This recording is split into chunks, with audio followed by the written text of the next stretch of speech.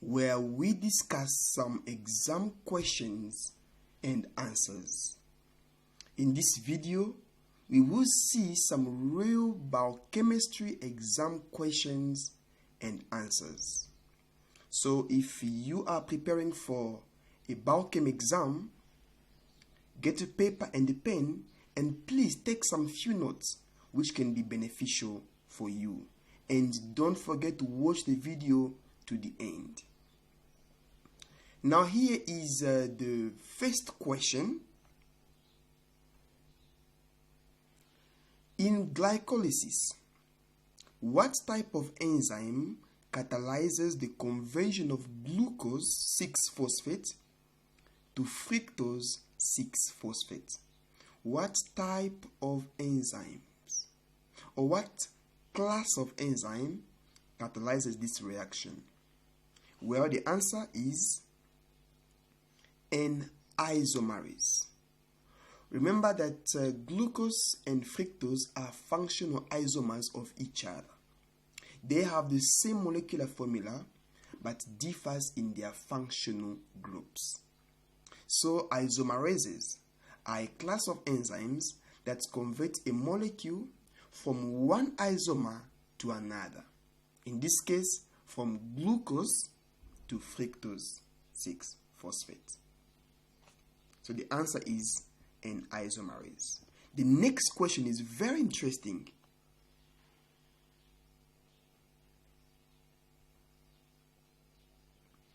In glycolysis, how many ATP are required to convert one molecule of glucose to a molecule of glyceraldehyde 3-phosphate and dihydroxyacetone phosphate?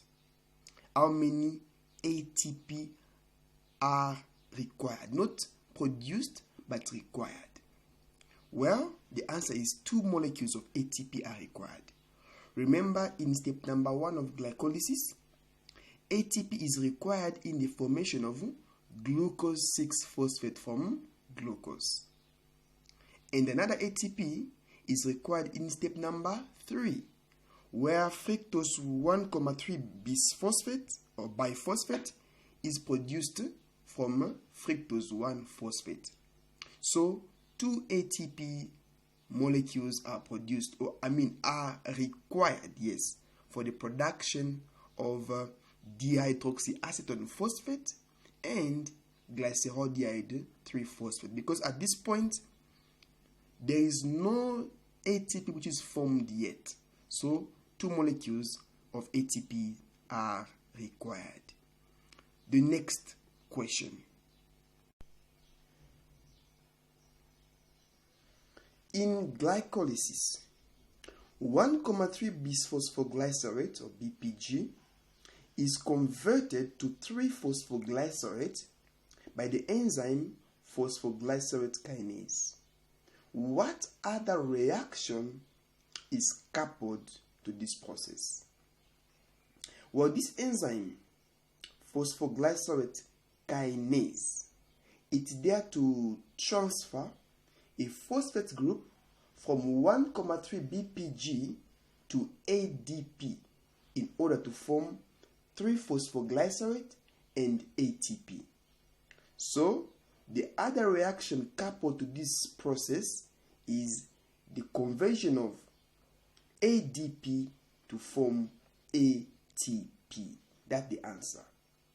The next question is very much interesting.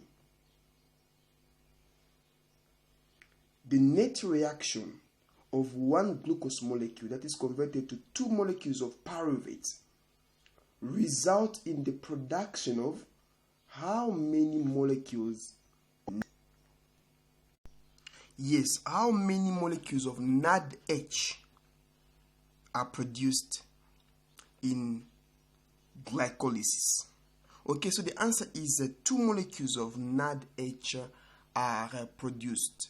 You know, NADH or nicotinamide adenine dinucleotide is produced in step number 6 of glycolysis. And the enzyme glyceraldehyde 3-phosphate dehydrogenase requires NAD plus an an organic phosphate to convert glycerol di3-phosphate to 1,3 BPG, and the molecule of NADH is actually produced. So this reaction occurs twice in glycolysis. So 2 NADH are produced in glycolysis from one glucose molecule to pyruvate. 2 molecules of NADH are produced. Okay, let's move to the next question. In the presence of oxygen, pyruvate will be converted predominantly to which molecule? The answer is acetyl coenzyme A. So pyruvate will be converted to acetyl CoA.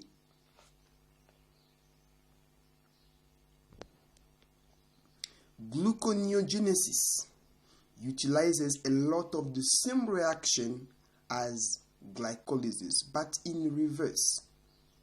There are, however, a few unique steps in gluconeogenesis pathway.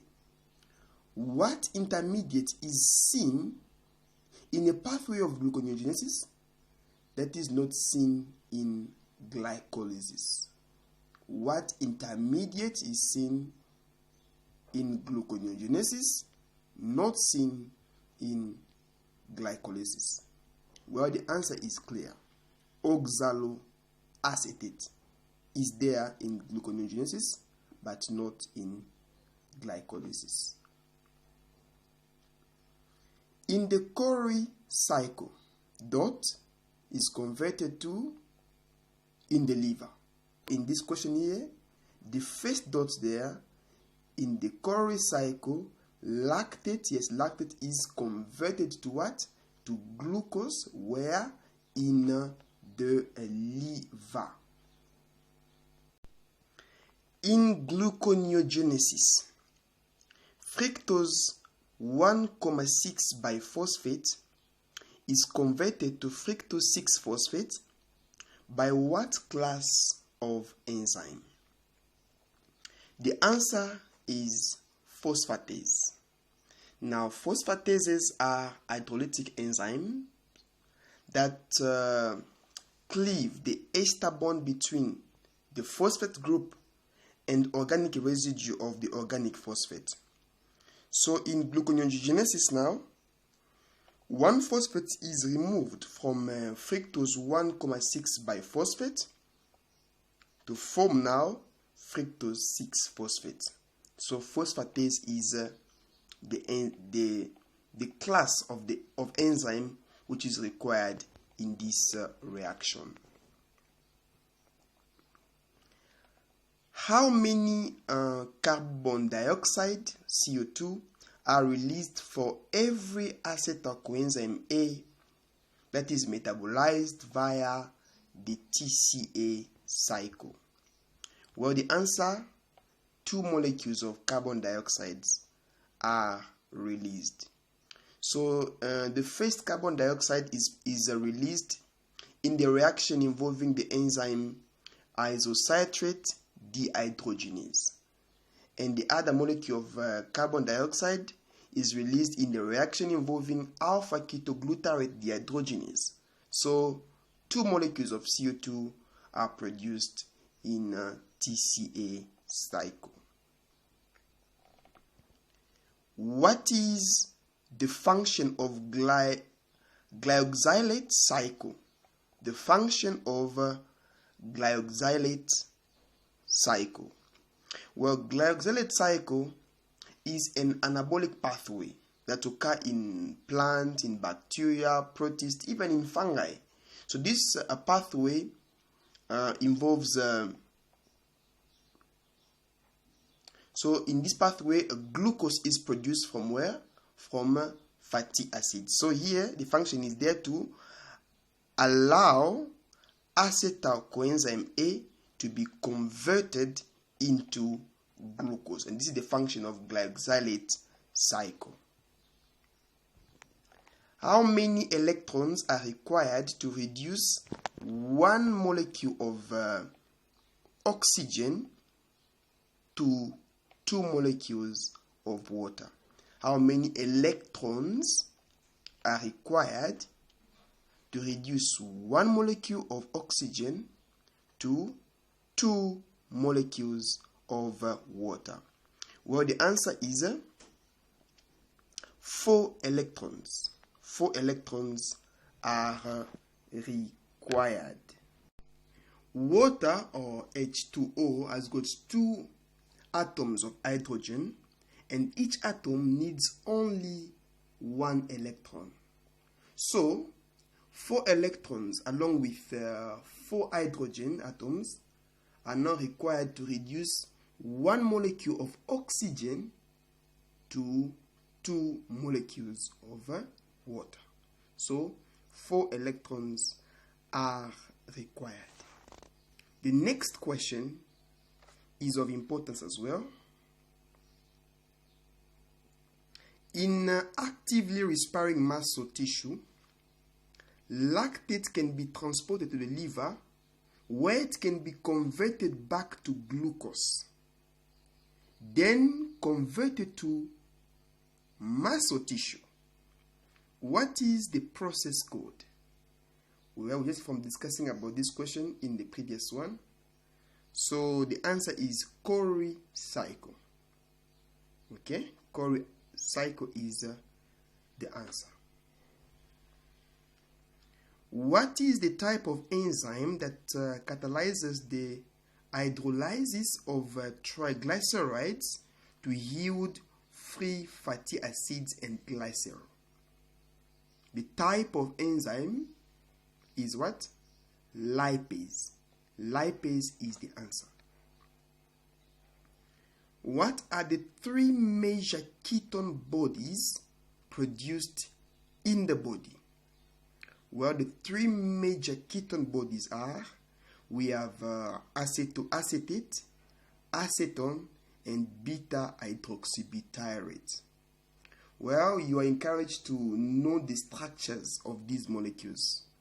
You know, in biochemistry, chemical structures are very important. So make sure that you know the structures of these molecules and of many other that we're discussing in different pathways. Okay, so let's move to the next question.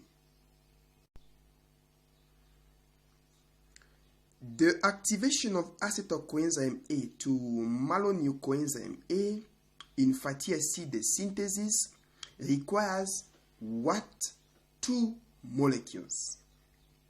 Well, acetyl coenzyme A is converted into malonyl coenzyme A by the enzyme acetyl-CoA carboxylase, and this reaction requires 2 molecules, which are ATP